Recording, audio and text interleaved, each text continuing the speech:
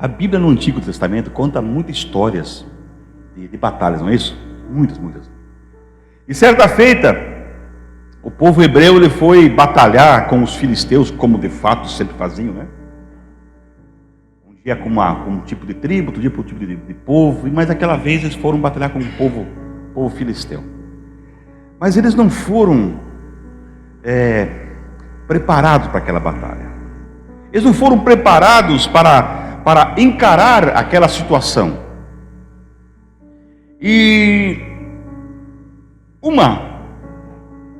Porque eles esqueceram de uma peça fundamental naquela batalha. E que nós muitas vezes esquecemos também essa peça. Vamos dizer assim, o mais importante para vencer e lutar nessas batalhas. A Bíblia conta a história. Se você quiser abrir, lá em 1 Samuel 4. 1 Samuel 4, versículo. Chegando. 1 Samuel 4, versículo 12. Lembrando que dia 22 de novembro tem um jantar de casais. Convide mais alguém. E depois, isso numa sexta, depois, às 20 horas. E depois, 1 Samuel 4, versículo 12. Quero que você deixe a palavra de Deus aberta, porque nós vamos passear hoje. Bastante. Vamos passear. Não sei se vocês vieram com o tanque vazio, mas então enche o tanque e nós vamos passear. Ou nas voltas, né, pastora?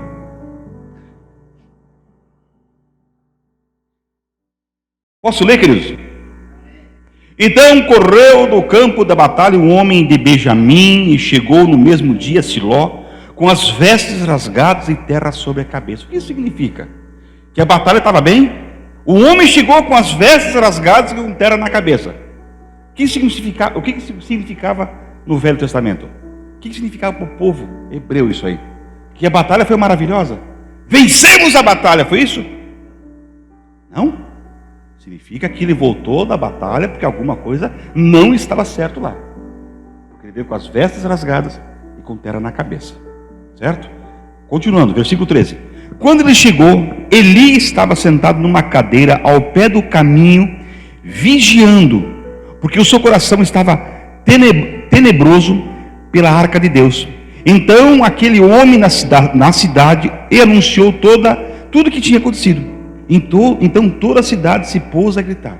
Ou seja, a cidade já estava sabendo, porque Eli chamou a atenção de Eli. O povo está chorando, o povo está gritando, porque alguma coisa aconteceu. Aí esse homem chega diante de Eli com as suas vestes rasgadas, com a cabeça com terra.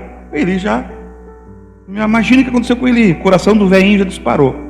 Então Eli, versículo 14. Então Eli, ouvindo os gritos, perguntou: que voz de alvoroço está? O homem a toda pressa veio a Eli, que era da idade de 98 anos e cujos olhos estavam tão escurecidos que não podiam ver. Disse aquele moço, a Eli: eu sou o que saí do campo de batalha, de onde fugi hoje mesmo. Perguntou Eli: o que foi que aconteceu, meu filho? Versículo 17. Respondeu o que trazia notícia: Israel fugiu dos filisteus e houve grande matança entre o povo. Além disso, também teus 2 filhos, Ofni e Finéias, foram mortos e a arca de Deus foi tomada. Fazendo ele menção da arca de Deus, Eli caiu da cadeira para trás, ao lado da porta, quebrou o pescoço e morreu. Pois era homem velho e pesado, havia ele liderado Israel durante 40 anos. Estando sua nora, a mulher de Finéias, grávida, próxima ao parto, e ouvindo a notícia de que a arca de Deus era tomada e de que o seu marido eram mortos, encurvou-se e deu luz, mas foi dominado pelas dores de parto. Na hora que ia morrendo, disseram as mulheres que estavam com ela: não temas, tivesses um filho. Ela, porém, não respondeu, nem fez caso disso. Chamou ao menino, como é que é o nome ali? E o que significa isso? Dizendo: foi-se a glória de Israel. Isso porque a arca de Deus foi tomada e por causa do seu sogro e de seu marido. Disse ela, foi-se a glória de Israel, pois foi tomado a arca de Deus. Santo, eu não sou capaz, mas eu sei que o Senhor vai me capacitar. Está aqui a palavra do Senhor, está aqui os versículos que nós lemos, e que o Senhor tenha liberdade de estar ministrando ao coração dos meus amados irmãos, em o nome do Senhor Jesus. Eles foram com a arca, não foram? Eles foram com a arca. Mas o problema, nós também temos a presença de Deus. Sabe qual é o problema? Sabe qual é o problema do povo de Deus hoje? Nós batemos no peito e falamos, nós somos filhos de Deus. Quer que eu ore por você? Quer que eu ore por você? Eu vou orar por você agora. Só que uma coisa que está tomando o lugar de Deus em nossas vidas. O trabalho tem tomado lugar, eu falo por mim, tá? O trabalho tem tomado lugar. Mas você não ora, Fred? Eu oro. Mas os meus 5 minutos, como o Cid fala, meu Deus, parece uma eternidade. E aí, nós temos apanhado espiritualmente. Nós temos sofrido. Sabe, nós temos esquecido de falar para Deus, Deus, hoje eu vou sair. Eu tenho aqui uma barbaridade. Obrigado, meu filho. Eu tenho aqui uma agenda a cumprir. É isso que o Senhor quer? Nós não pedimos para Ele. Nós queremos fazer do nosso jeito. Mas o povo de Deus estava lá na batalha e levou a arca junto. Levou a arca. Levou a presença de Deus, que naquela época a presença de Deus representava, a arca representava a presença de Deus. E levou a arca. Nós somos assim. Nós temos colocado, queridos, deixa eu falar bem o português, bem curto e objetivo. Nós temos colocado Deus em outros planos. Deus não está mais em primeiro lugar nas nossas vidas. Como assim, Fredão? Não adianta. Nós queremos querer tampar o sol com a peneira, disfarçar, que não adianta. Eu estou falando, volto a falar para vocês, eu falo por mim. Eu tenho muitas situações da minha vida, eu tenho colocado Deus em segundo plano. Aí quando os filisteus estão me atacando, irmão, eu saio com a roupa rasgada, com a cabeça cheia de terra, vou em desesperado no lugar. Aí eu percebo que Deus não está comigo mais, porque a arca já me deixaram lá. Eu perdi a presença dele. E aí eu tenho que voltar. Deus, me perdoa. Mas só que as consequências já estão ali. Aí foi o que aconteceu, que diz aqui, nesse versículo 21. Chamou o menino Icabode. Foi-se a glória de Israel. Foi-se a presença de Deus. O que nós temos que entender é que quando nós estamos com Deus, nós vencemos. Nós vencemos, não é? Eu consigo vencer minha área financeira, eu consigo vencer as minhas batalhas dentro de casa, eu consigo vencer as batalhas fora de casa, eu consigo vencer, porque Ele está comigo. Porque aquele que está dentro de mim é muito maior do que aquele que está lá fora. Mas o problema foi como o Irã falou, nós olhamos para o gigante, mas o gigante está ali, mas esquecemos que com uma pedra o gigante cai. E se você parar e for analisar e ver o que Davi falou, no caso quando o Irã citou aquele versículo, diante de Golias. Golias estava afrontando todo mundo, não estava? Mas o que Davi falou para Golias? Eu vou, sabe? Eu vou com as forças dos meus braços. Não foi isso que ele falou. Mas o Davi, é isso que ele falou? Eu vou com as minhas forças, porque eu sou bagual, sou macho. Não, eu vou contra ti no nome do Senhor dos Exércitos. E com uma pedrada ele derrubou. Nós temos que resgatar essa glória de Deus. Nós temos que buscar essa presença, para que isso não venha acontecer. literalmente conosco. Há tempo ainda de nós buscarmos a presença dEle. Há tempo ainda de nós buscarmos, sabe, a doce e maravilhosa presença dEle. Nós precisamos disso. O problema é que nos últimos dias, nos últimos tempos, olha o que diz lá 2 Timóteo. Vamos ver se você se identifica com alguém aí. Eu espero que não, porque vocês são grandes homens e mulheres de Deus. 2 Timóteo 3.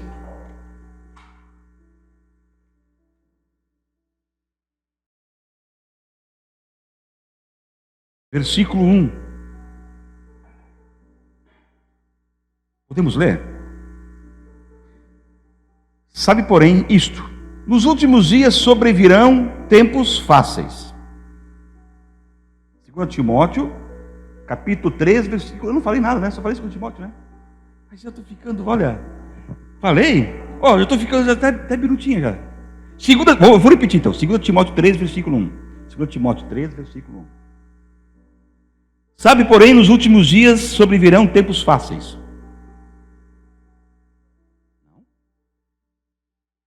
Tempos difíceis. Terríveis. Terríveis, com 5 L's.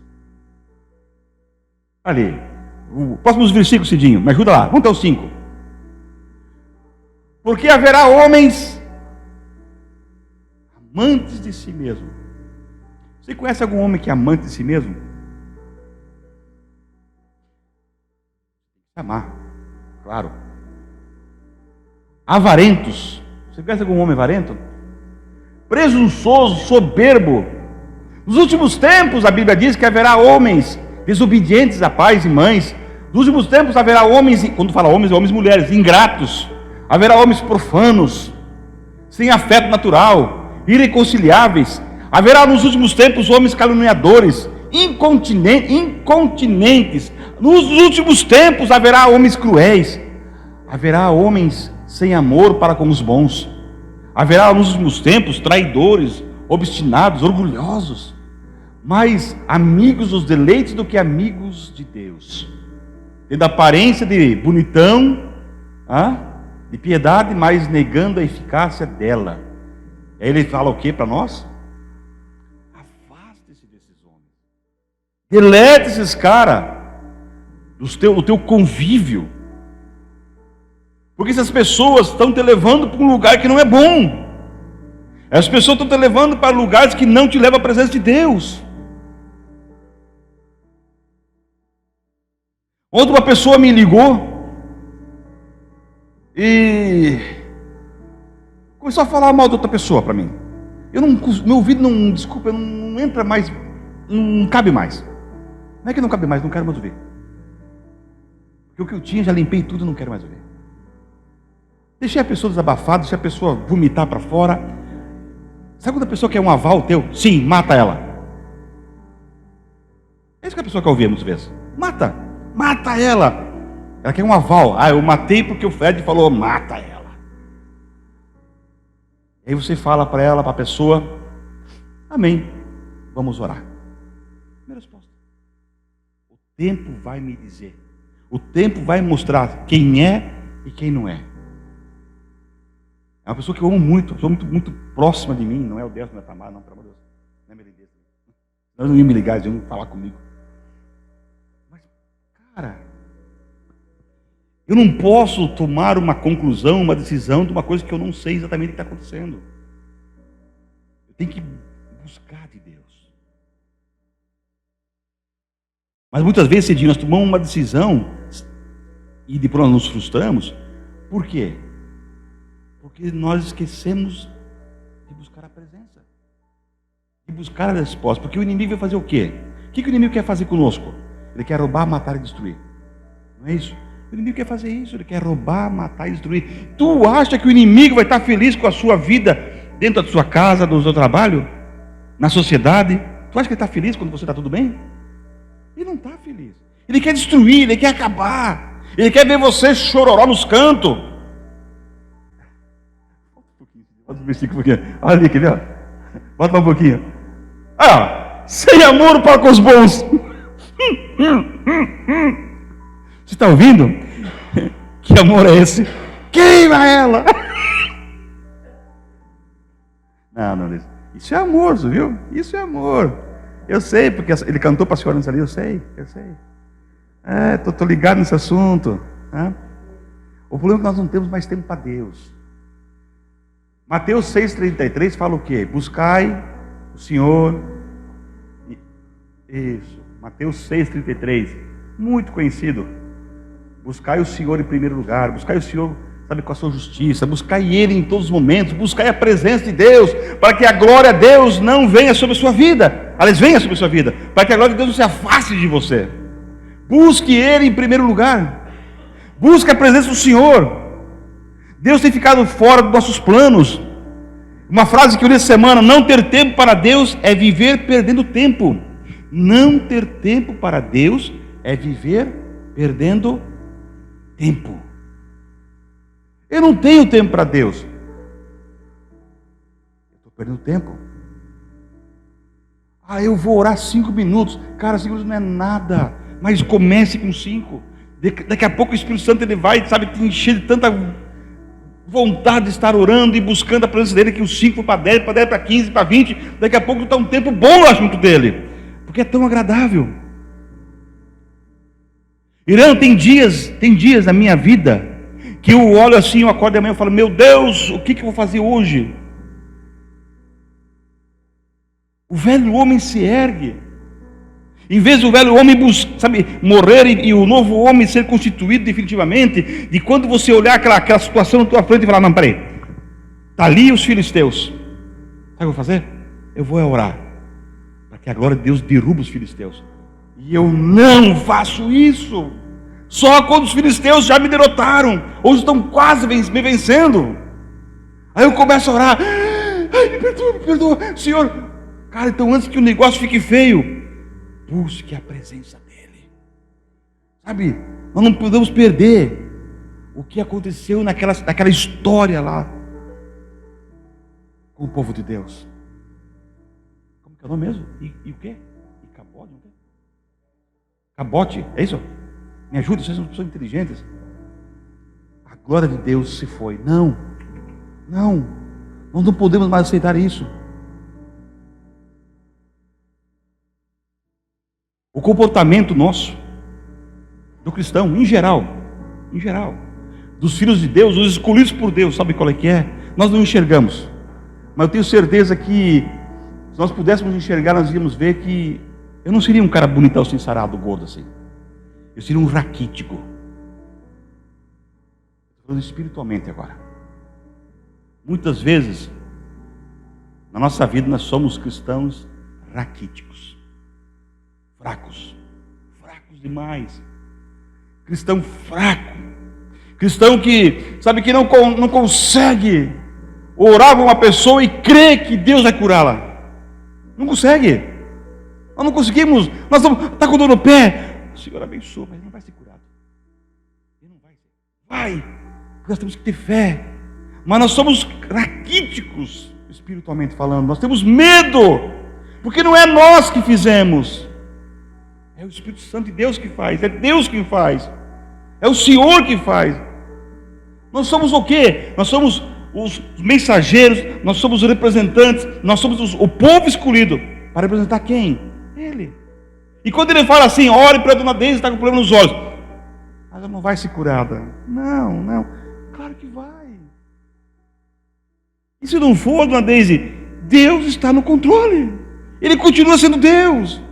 Ele não mudou. Então nós estamos sendo muito fáceis de ser vencidos. Fácil demais, gente. Fácil demais. Eu sempre pensei, Irã, que eu era um homem cheio de fé. Eu sempre pensei. Sabe? A minha liderança falava que eu tenho uma fé ousada, mas eu não tenho fé nenhuma. Que quando eu vejo que, eu vou falar bem português, quando tu está com um negócio no bolso, folgado, é fácil. Mas quando aquele negócio não estava no bolso, e tu vê que estão batendo em você, cadê tua fé? E que Ele está no controle. Acabou a fé. Acabou a fé. Acabou a fé. Eu quero dar umas características, bem rapidinho. Não erga a sua mão. Eu posso erguer, você não. Característica de um cristão raquítico. Vou dar bem rapidinho, 7. Uma característica do cristão raquítico: ele não tem interesse em ler a Bíblia. Você tem interesse? Não abra, não abra a mão. Eu posso erguer.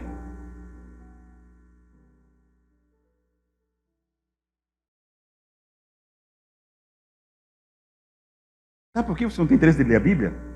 Porque a Bíblia vai te confrontar.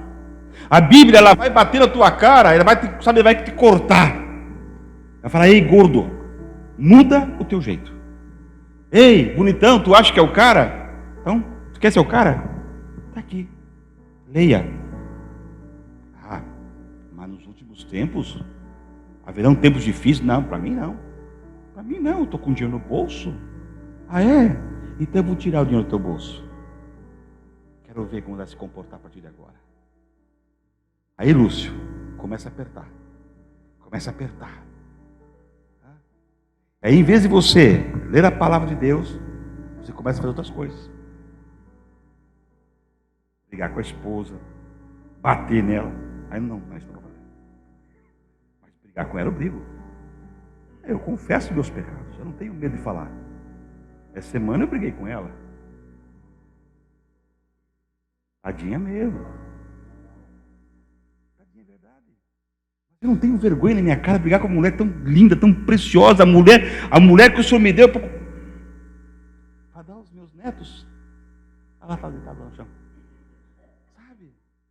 Mas eu tenho que brigar. Mas quem é culpado dessa situação é ela. Sou eu o culpado. Mas a primeira coisa, eu faço assim: ferreiro, coloca aqui. Agora aqui. Virou o cavalo, velho. Não é para ser assim, estou falando para os homens agora, tá? Não sejam assim, pelo amor de Deus. Você quer viver a tua vida toda do lado da tua gatinha? Então não seja um cavalo, nem um asno. Outra característica de um cristão raquítico: a paz. Para ele, está sendo gravado isso aí, né? Maravilha. Eu tenho certeza que alguém vai ouvir. Estou ficando chique, nós estamos gravando agora. Mas que barbaridade! Eu nunca vi tanta tecnologia. Nos últimos tempos, a tecnologia, a ciência ia se multiplicar, né? Estamos gravando já. Nós estamos numa inteligência maravilhosa. Eu nunca vi tanta pessoa inteligente que nem eu. Mas eu quero dizer o seguinte, sabe o que é, Débora? Eu quero dizer o seguinte, que nos últimos tempos, além do cristão ser raquítico e não gostar de ler a Bíblia, ele vem se arrastando para ir para a igreja. Eu quero falar com você, fundo do meu coração. Se você vem para a igreja se arrastando, não venha. Por favor, não venha. Se você olhar no grupo da MAI, tem 90 e poucas pessoas. Tudo bem, tem uma parte da Timbó, uma parte de Indaial, outra parte daqui, um pouquinho de Águas. Se você olhar na galera que está de Blumenau aqui dentro, veja, quantos estão aqui? Poderia ter umas 50 pessoas aqui, não poderia? Por que não estão? Melhor que não estejam. Fala meu português. Para vir aqui, porque achar que aqui é um clube de bolinha. Aqui não é clube de bolinha. Veja, para você adorar o Senhor, para você buscar a face dele. O problema é que nós queremos o quê? Nós não queremos a presença. Nós queremos. Hoje de manhã eu estava ouvindo aquele bagulho feio lá. Não eu, pelo amor, eu falo Fred. Aquele velho feio lá, Cláudio Duarte. O que ele falou da pessoa que não quer ir para a igreja mesmo? Ah, se você não quer se relacionar, então seja um. Como que é lá no Tibete lá? Monge! Coloca uma cuequinha e vai ser um monge. Mas nós temos que nos relacionar.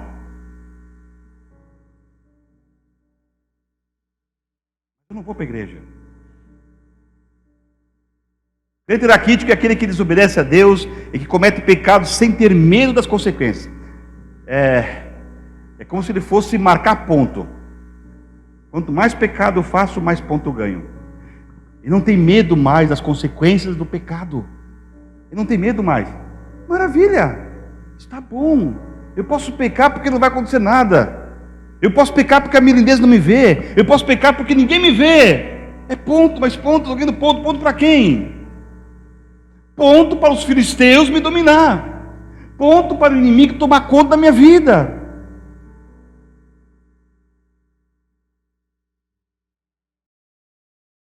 O crente raquítico não gosta de orar, não tem paciência para aguardar a resposta de Deus. E quando a resposta vem e não é do seu agrado, o que ele faz? Ele chuta o balde, porque não é do agrado dele. Mas eu vou dar ordem para Deus. Deus, a partir de hoje eu quero assim. E Deus não responde para você. E aí você pensa que Deus respondeu, mas Deus não respondeu. E você começa a agir conforme a tua vontade. E aí a glória de Deus foi.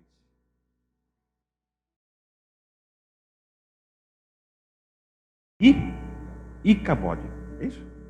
É um nome difícil, mas é isso aí.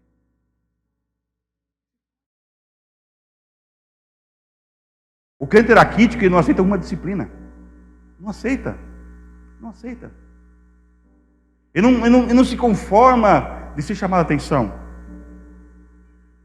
Ele não aceita. Sabe por que o crente está vivendo assim? Sabe por que nós estamos muitas vezes vivendo assim, desse jeito, como crentes raquíticos? Cidinho, 2 Reis 4, versículo 38. Olha o que aconteceu nessa história. 2 Reis 4, versículo 38. Nós vamos ler o 38, 39 e o 40.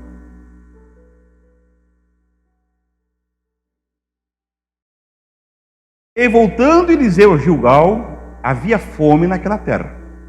E os filhos dos profetas estavam sentados na sua presença. E disse ao seu servo: põe a panela grande ao lume, e fazendo um caldo de ervas para os filhos dos profetas. Então um deles saiu ao campo a apanhar ervas, e achou uma parra brava, e colheu dela, enchendo a sua capa de colossíntidas. É assim que leu, tudo bem. E veio e as cortou na panela de caldo, porque não se conheciam. Assim deram de comer para os homens.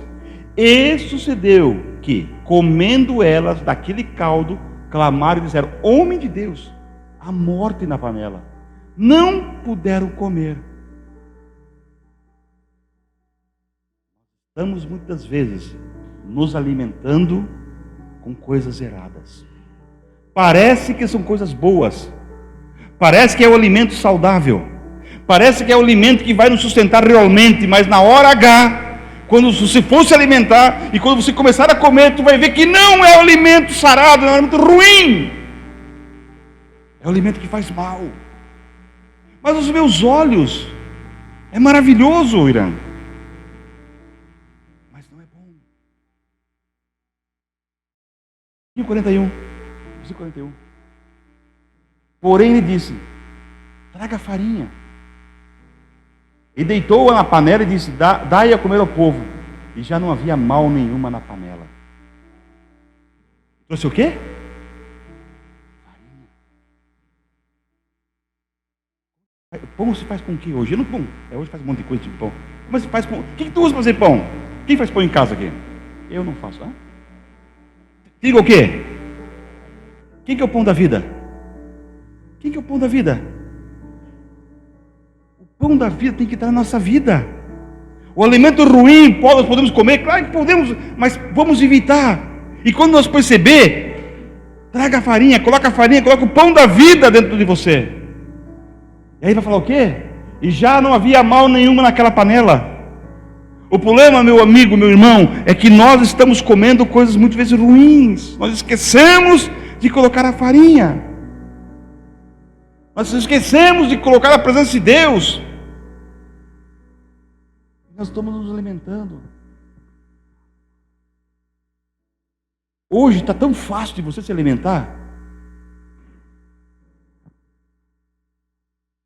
A televisão tem um monte de porcaria. A internet, se você não usar, tem um monte de nhaca. Tem um monte de filisteus.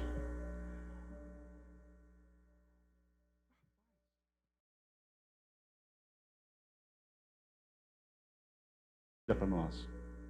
Tem muita coisa ruim sendo dada de presente, assim, não custa quase nada. Está aqui, velho, come o que você quiser. Mas só que depois nós vamos passar mal.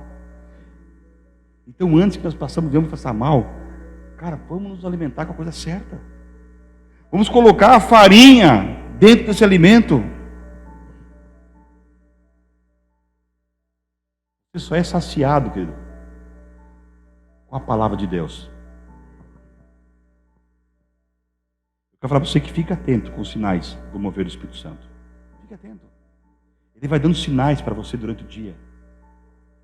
Lembra que eu falei? Busque a presença dele. E você esquece de aguardar a presença. Falando por mim. Porque o meu tempo tem que ser assim. 30 segundos. Pá, pá, tum. Ah, fechou a portinha, né? Colocou lá dentro? 30 segundos. Nós somos assim hoje. Nós queremos que Deus nos dê a resposta em 30 segundos. Aguarde o tempo de Deus. Nina, quanto tempo você está morando aqui em Blumenau? Você sozinha, primeiro. 1 ano e 9 meses. Há quanto tempo você esperou para vir a cirurgia? 1 ano e 4 meses. A tua vontade seria o quê? Chegar em Blumenau? Tup, tup, botão, 30 segundos. O tempo de Deus. No tempo de Deus coisas acontecem. É no tempo de Deus. Mas nós queremos agora. Então, fique atento com os sinais de Deus. Com os sinais do Espírito Santo. Com o mover dele. Amós diz que certamente o Senhor, o soberano, não faz coisa alguma sem revelar o seu plano aos seus profetas. Ele vai revelando para nós. Ele vai revelar para você o tempo que você dá um passo ou o tempo de recuar. Mas Deus não me deu nenhuma resposta, Kleber. Calma. Continua fazendo as mesmas coisas que Ele te falou para fazer. Não mude. Mas o que os outros vão pensar de mim se eu não consigo mudar? Não precisa pensar nada. É você e Deus. É você e Deus. Não importa o que os outros vão pensar de você. O que importa é o que Deus pensa de ti. É isso que está valendo. Sabe por quê? O Espírito Santo de Deus te leva a lugares, muitas vezes, que você não sabe por que eu estou indo lá. Por que eu fui esses dias a Floripa, Kleber? Por que tu foi a Floripa esses dias? Ah, mas eu deixei de ir no culto no domingo de manhã. Mas por que tu foi a Floripa esses dias? Sabe por que quando Deus leva nós a alguns lugares? É porque lá estão passando fome, espiritualmente falando. Não é falta de alimento, café, não é isso aí que eu estou falando. Estou falando de alimento espiritual. Deus te leva a certos lugares porque você tem alimento para dar. Porque você tem alimento para dar. Sabe? Porque naqueles lugares onde Deus te leva, existem lutas que só você vai poder destruir aquele inimigo. É só você. Por isso que Deus te leva a certos lugares. Sabe? Sabe por que Deus leva você para certos lugares, Irã? Porque você é governo. O povo de Deus é governo. Por onde você andar, você é governo. Você alimenta, você derruba o inimigo e você é governo. E é assim que funciona. E eu quero dizer isso aí, Cidinho, 1 Samuel 17. Conhece aí, Irã? Onde Irã falou. Só que eu vou um pouquinho antes. Irã já foi derrubando o gigante. 1 Samuel 17. E disse Jessé, quem é Jessé? Pai de Davi, né? Toma, peço-te leva para teus irmãos um efa deste grão tostado e esses 10 pães, e corre e leva-los ao arraial a teus irmãos.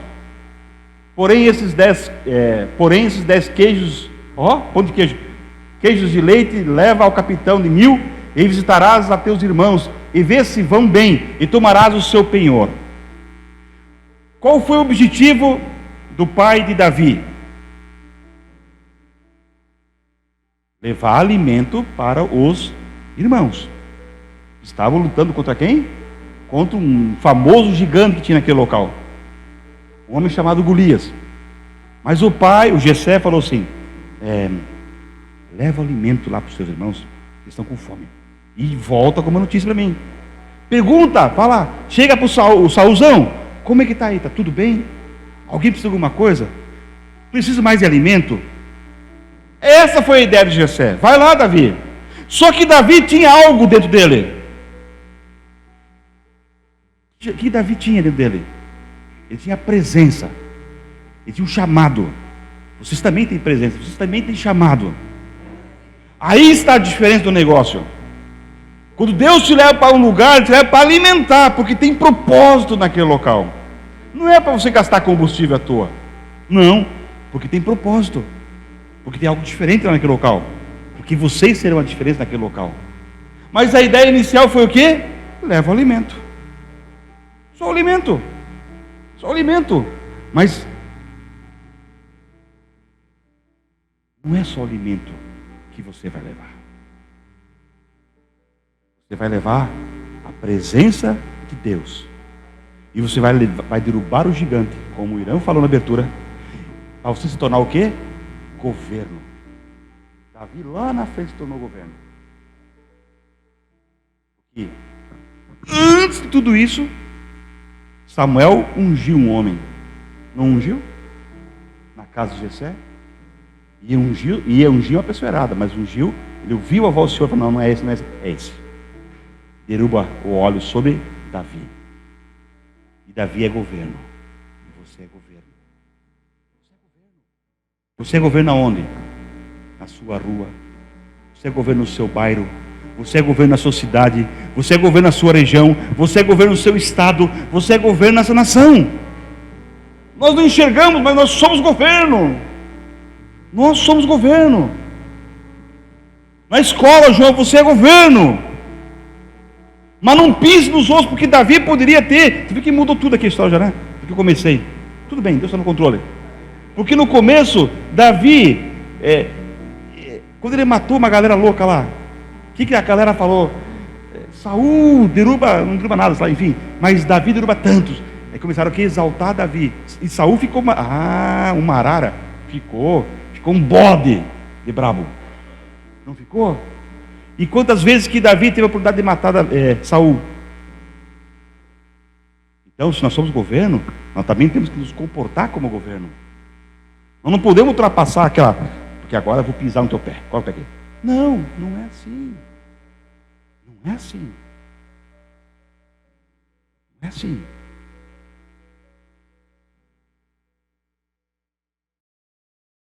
Davi poderia ter levado o alimento, poderia, e levou, mas poderia ter voltado. Ele poderia ter voltado uma vez. Está aqui o alimento. Tchau. Não. Davi não fez isso. Davi olhou para toda a circunstância, para tudo. E ele viu que tinha alguém que estava afrontando, não o povo, mas afrontando quem? O Deus dele.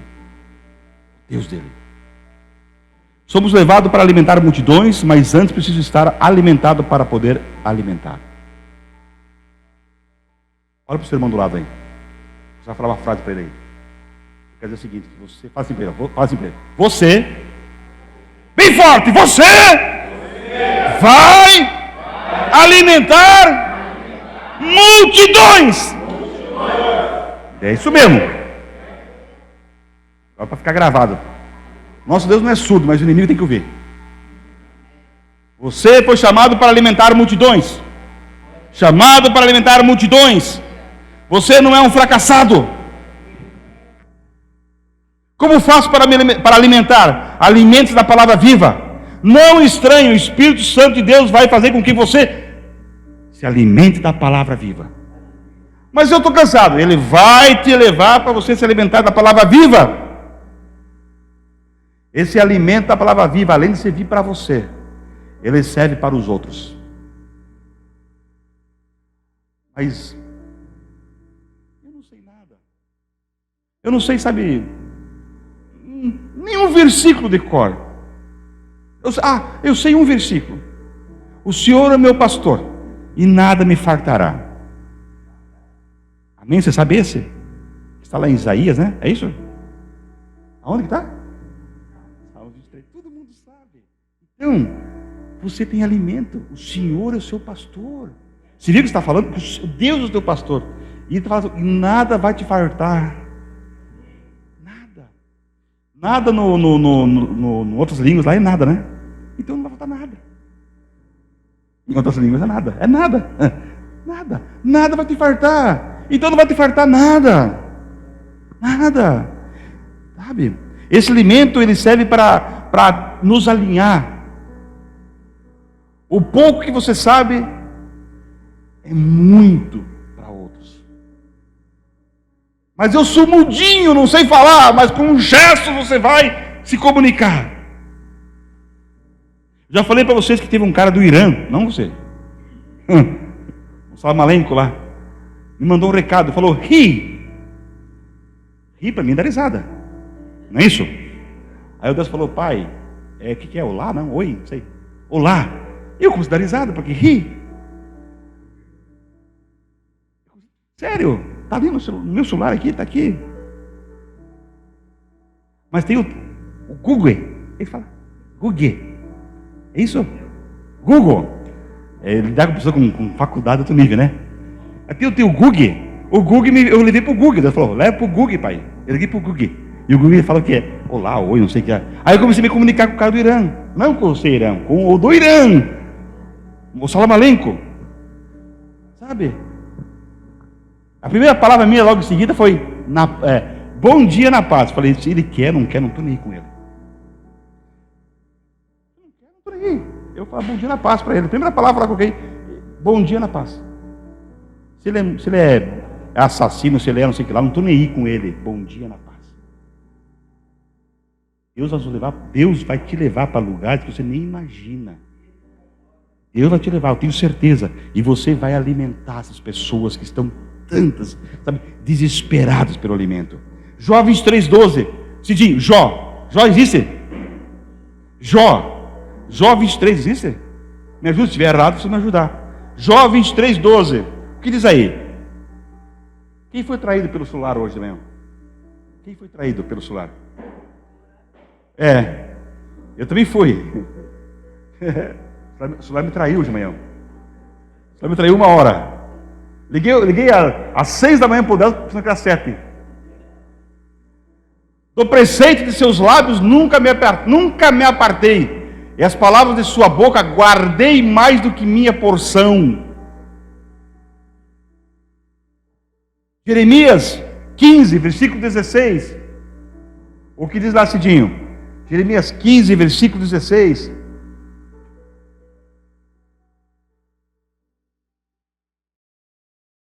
Está calor, queridos? Se tiver calor, nós diminuímos o ar lá.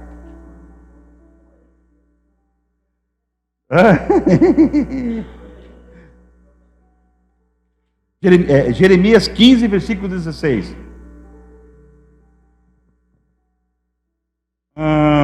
16. Tem? 15, 16 tem? Jeremias 15, versículo 16. Achando-se as tuas palavras, logo as comi, e a tua palavra foi para mim o gozo e a alegria do meu coração, porque pelo teu nome sou chamado, Senhor, Senhor, Deus dos exércitos. Ezequiel 3, versículo 1, diz assim, Ezequiel 3, versículo 1, e ele me disse, filho do homem, come o que acheis, come este rolo, então vai e fala à nação de Israel, abra a boca, e ele me deu a comer o rolo, então me disse, filho do homem, dá-me de comer o teu ventre, e enche o teu estômago deste rolo, que eu te dou. Eu o comi, e era a minha boca doce como mel, então ele me disse, filho do homem, vai à nação de Israel, e diz-lhe as minhas palavras. Deus pode levar eu e você numa vez, não para Israel, Ele pode levar eu e a senhora para o vizinho, para falar dele, para dizer dele, para abrir a sua boca e dizer que ele é bom. Profeticamente ou espiritualmente falando, Deus colocou um rolo na minha boca e na sua boca. Mas o rolo de problemas, não, é a palavra de Deus. Da minha boca, da sua boca, tem que sair palavras boas, palavras que edifiquem, palavras que fazem com que as pessoas, realmente existe um Deus poderoso, existe um Deus que sara, que cura, que liberta, existe. Sabe por que Deus tem te alimentado desse jeito, dessa maneira? 1 Samuel 17:45. Esse verão leu. 1 Samuel 17:45. Por que Deus tem te alimentado dessa maneira? Por que Deus te leva para lugares? E Deus te alimenta assim.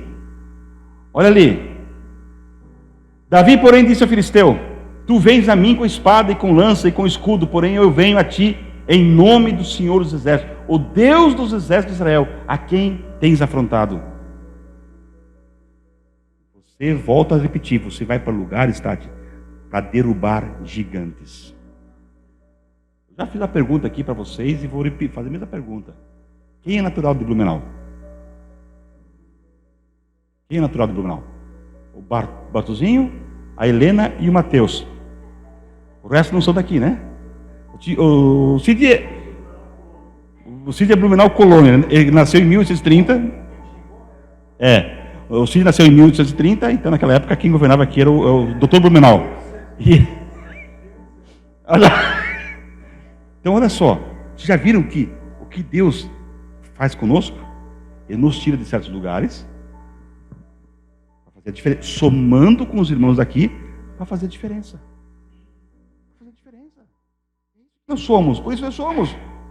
Estamos sendo alimentados porque vivemos uma batalha atrás de outra batalha.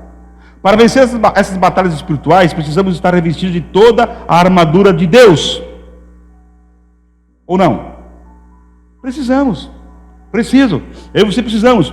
Agora lembre que existe uma maneira de conseguirmos vencer. Mateus 4:4, Cidinho, coloca para nós lá. Mateus 4:4, vamos lá. Mais alguns minutinhos, estamos acabando. Está muito frio hoje. Mateus 4:4.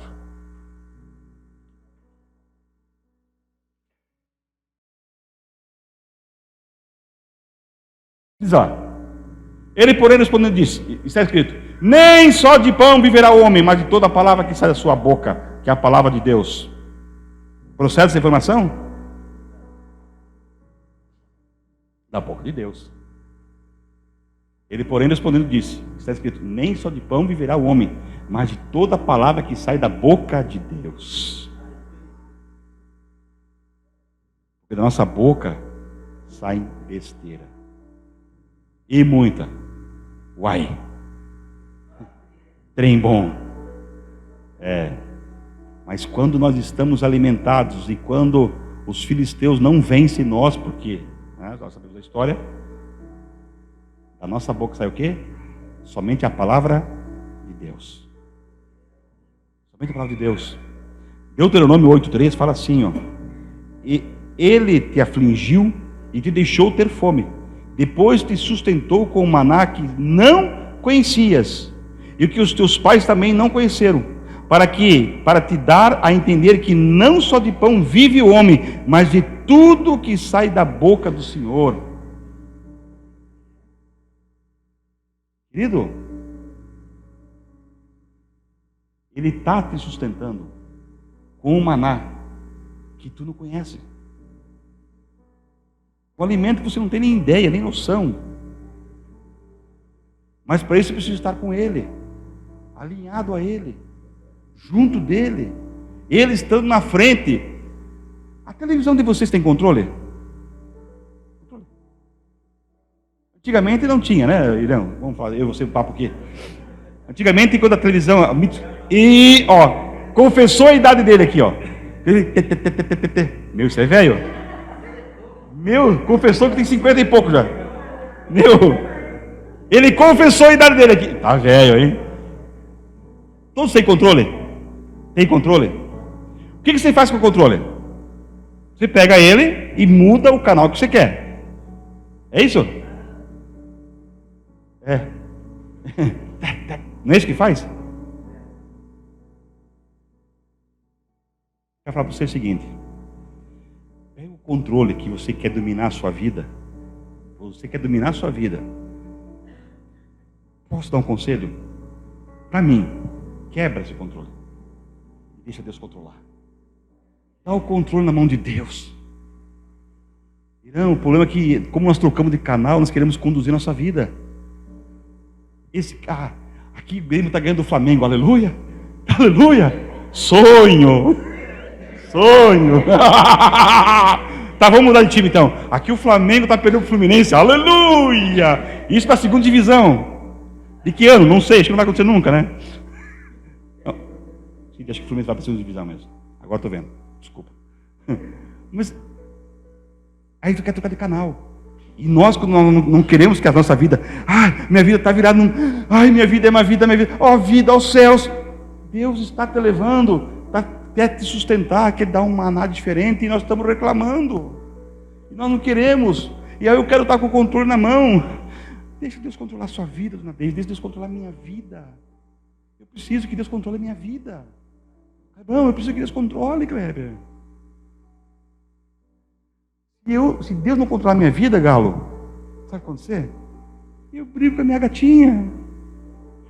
Eu brigo com o meu broto. É velho. A dona Deise até agora não entendeu nada, mas quando eu falei broto, ela vai, ai. Ela entendeu o quê? Pra você ver a idade, dona Deise. 63, né? Isso. Está perto do Irã. Ali. Mas o problema é esse, queridos, que nós estamos esquecendo de algumas coisas. Sabe? 2 Coríntios 10:4 diz, você que é uma pessoa inteligente aí, que lê muito livros. Aliás, eu quero dar um conselho para vocês. Se você quer ser inteligente, que nem o Cid, leia livros. 2 Coríntios 10, versículo 4. Tem muito livro, sabia? É bom ler livros. Ele manda livros para mim, manda para mim mesmo, porque eu não leio nenhum livro. Um dia eu recebi um presente de um livro. Pegou onde está o livro? Está com um presente em cima, que eu não leio o livro. Está criando até. Está em cima do armário, está embaixo já. Não tem jeito. Se eu falar para vocês que eu leio o livro, vou mentir. Eu não leio o livro. Não leio. O único livro que eu estou tentando ler, é a palavra de Deus. Ou seja, é 2 Coríntios 10:4, né? Porque as armas de nossa milícia não são carnais, mas sim poderosas em Deus para destruição das fortalezas.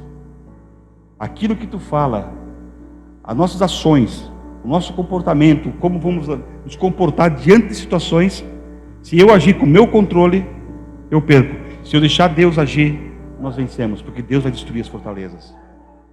Deus, Ele destrói as fortalezas. Deus, Ele faz, quando nós deixamos, Ele faz a mudança geral. E você sabe que a mudança geral gera desconforto, não gera? Muito desconforto. Porque nós somos acostumados a ficar o quê? Na boa, controle na mão, chimarrãozinho na boca, picanha comendo picanha, né? Comendo, você, aquela que se fez para mim aquele dia. Estou me dando uma indireta. Eu dou uma indireta para ver se você me convida para uma picanha.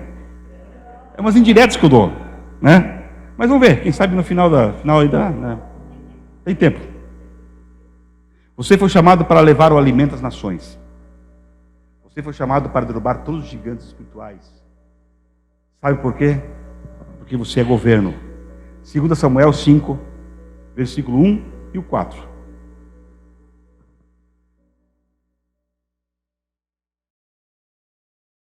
Samuel 5, 1 ao 4. Então todas as tribos de Israel vieram a Davi em Hebrom e falaram, dizendo: eis-nos aqui, somos teus ossos e tua carne. E também, outrora, sendo Saul ainda rei sobre eles, eras tu o que saías e entravas com Israel, e também o Senhor te disse: tu apacentarás o meu povo de Israel, e tu serás príncipe sobre Israel. Assim, pois, todos os anciões de Israel vieram ao rei em Hebrom, e o rei Davi fez com que eles acordam em Hebrom perante o Senhor, e ungiram a Davi rei sobre Israel. Da idade de 30 anos era Davi, quando começou a reinar, 40 anos reinou. Por que Samuel ungiu Davi? Primeiro, para alimentar. Segundo, para derrubar os gigantes. E terceiro, para ser governo. Então você foi chamado para quê? Para ser governo. Primeiro você alimenta, depois você derruba o gigante e depois você se torna o governo. Você é governo. Você é governo. Ah, que lindo. Que barbaridade. Governo. Amém, queridos? Papai chama no celular. Fala com o pai, vai.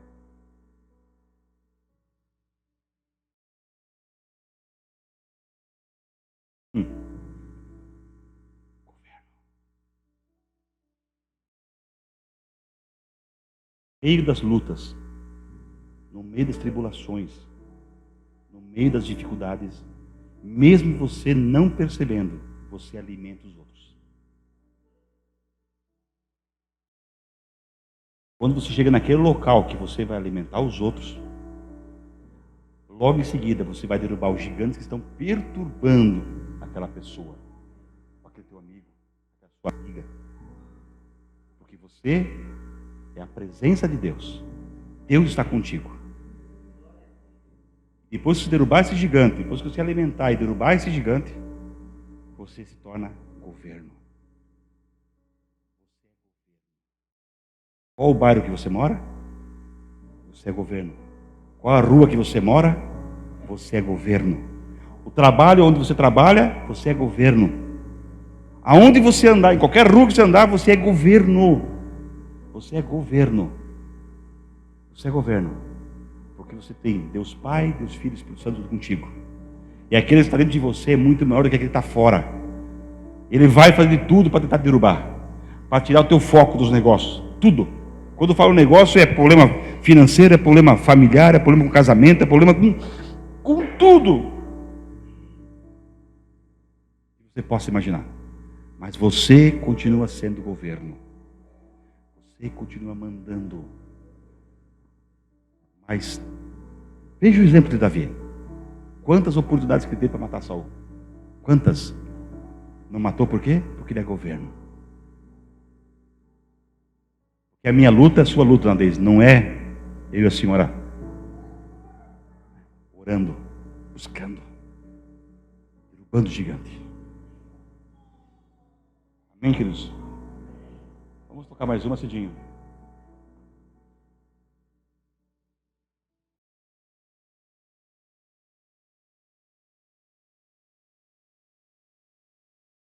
Não sei se você veio nesta manhã para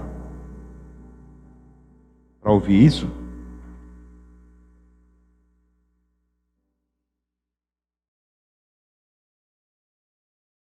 Mas isso é o que Deus colocou no meu coração, no meu espírito nessa manhã.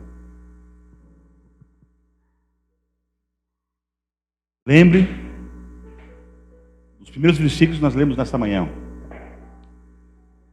Eles perderam a batalha, perderam as lutas, perderam aquela contra os filisteus, porque eles perderam a presença de Deus, porque a arca ficou.